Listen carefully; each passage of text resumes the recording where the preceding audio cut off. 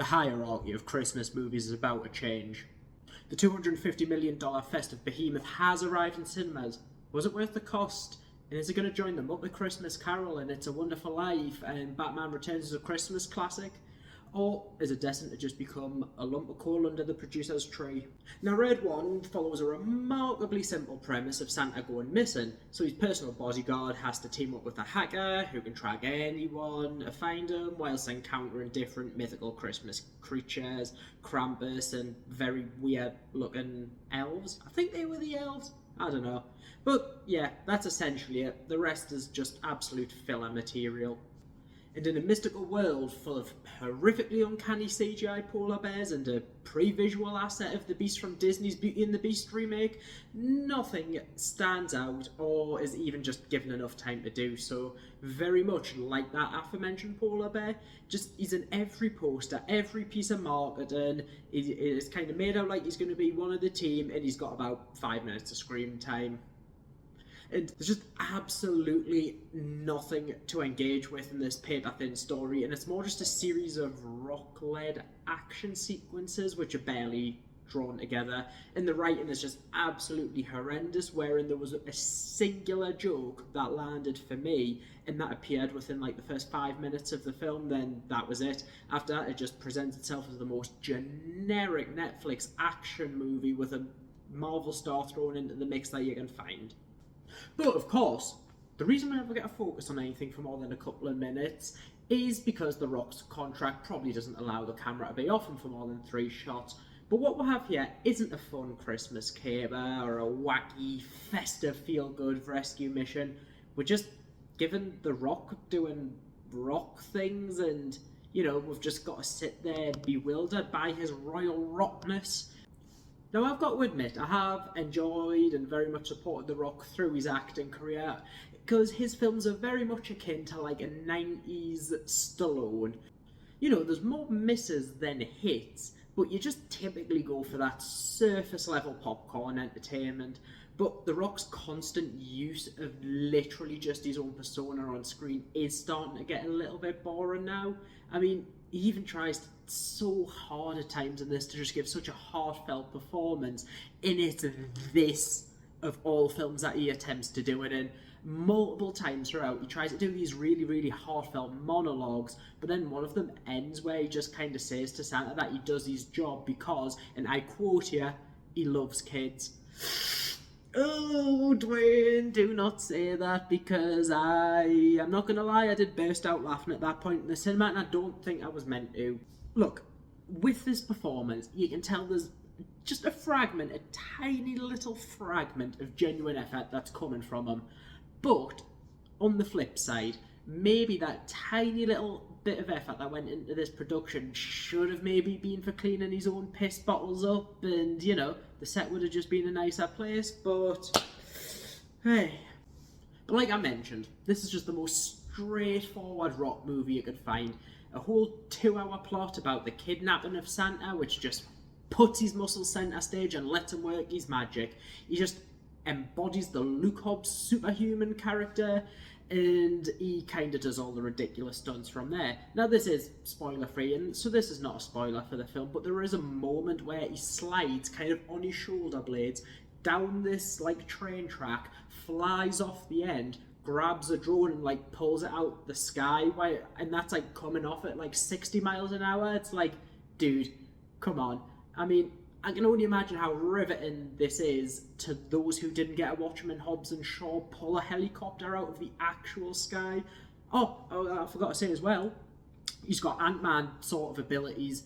It's only used a couple of times, there's not really much to it, but we'll get to see a little weird CGI 3-foot version of The Rock. Yeah, the Stone, I don't know.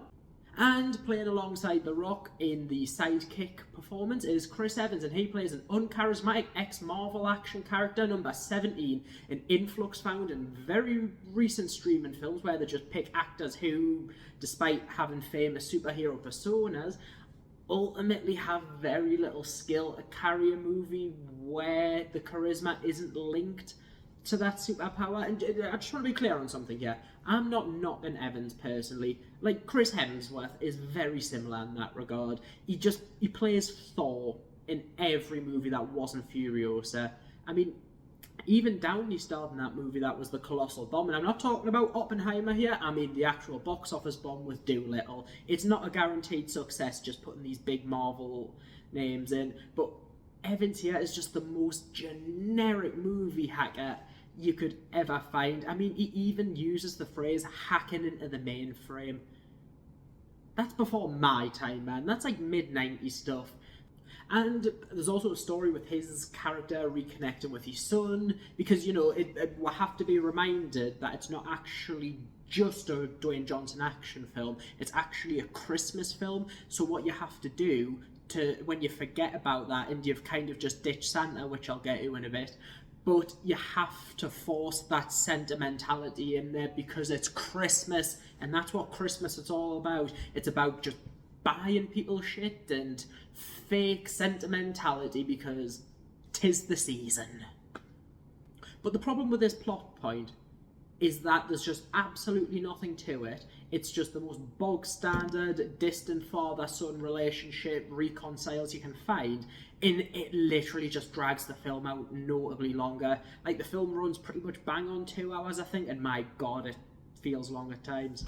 But now I'm going to be honest here, because one of my key reasons for actually wanting to see this film was to see J.K. Simmons as Santa, but my god, he was so criminally underused. It just felt more of a glorified cameo of just like, oh look, wouldn't it be funny if we put someone who sometimes plays a Raji in as Santa? You know what I mean? Like, seriously, if only half of the movie was this initial rescue mission, and the other half was a bombastic escape with Dwayne allowing someone else, another actor, to take centre stage for a little bit. There was so much potential for fun there, watching J.K. Simmons lead a badass Santa fight. But no. It should be awesome, but let's level here. This was the wrong film for him to star as Santa in.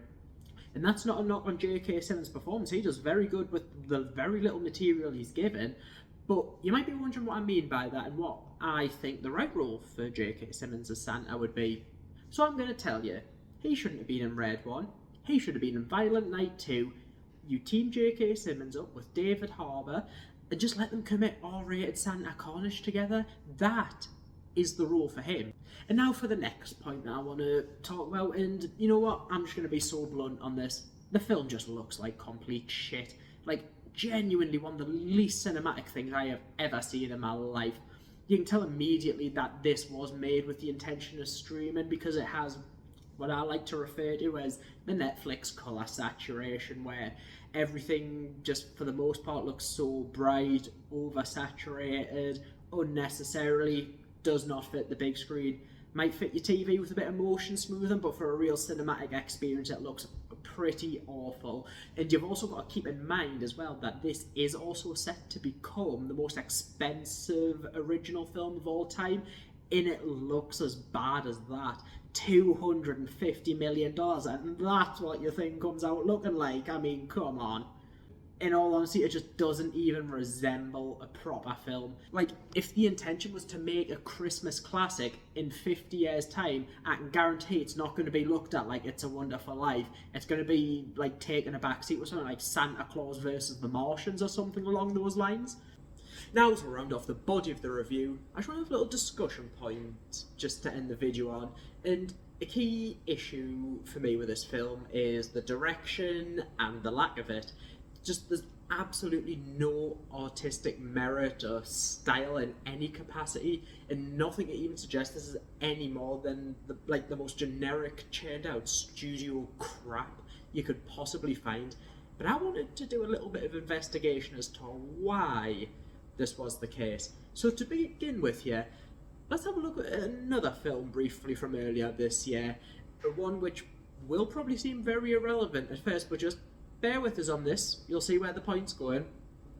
And that film that I'm going to reference is Deadpool and Wolverine, which was released to major success and was directed by Sean Levi, who has a solid enough directorial background, but the last few years he's made multiple films with actor, writer, producer that everybody knows and I think most people love, Ryan Reynolds. And that includes Free Guy, The Adam Project, and of course the aforementioned Deadpool and Wolverine.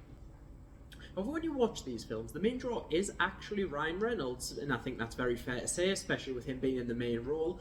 And, you know, he's got his infectiously entertaining persona. So when you watch, especially Free Guy and The Adam Project, you will see Ryan Reynolds' fingerprint all over those films, especially in Free Guy, which is just Ryan playing another form of himself.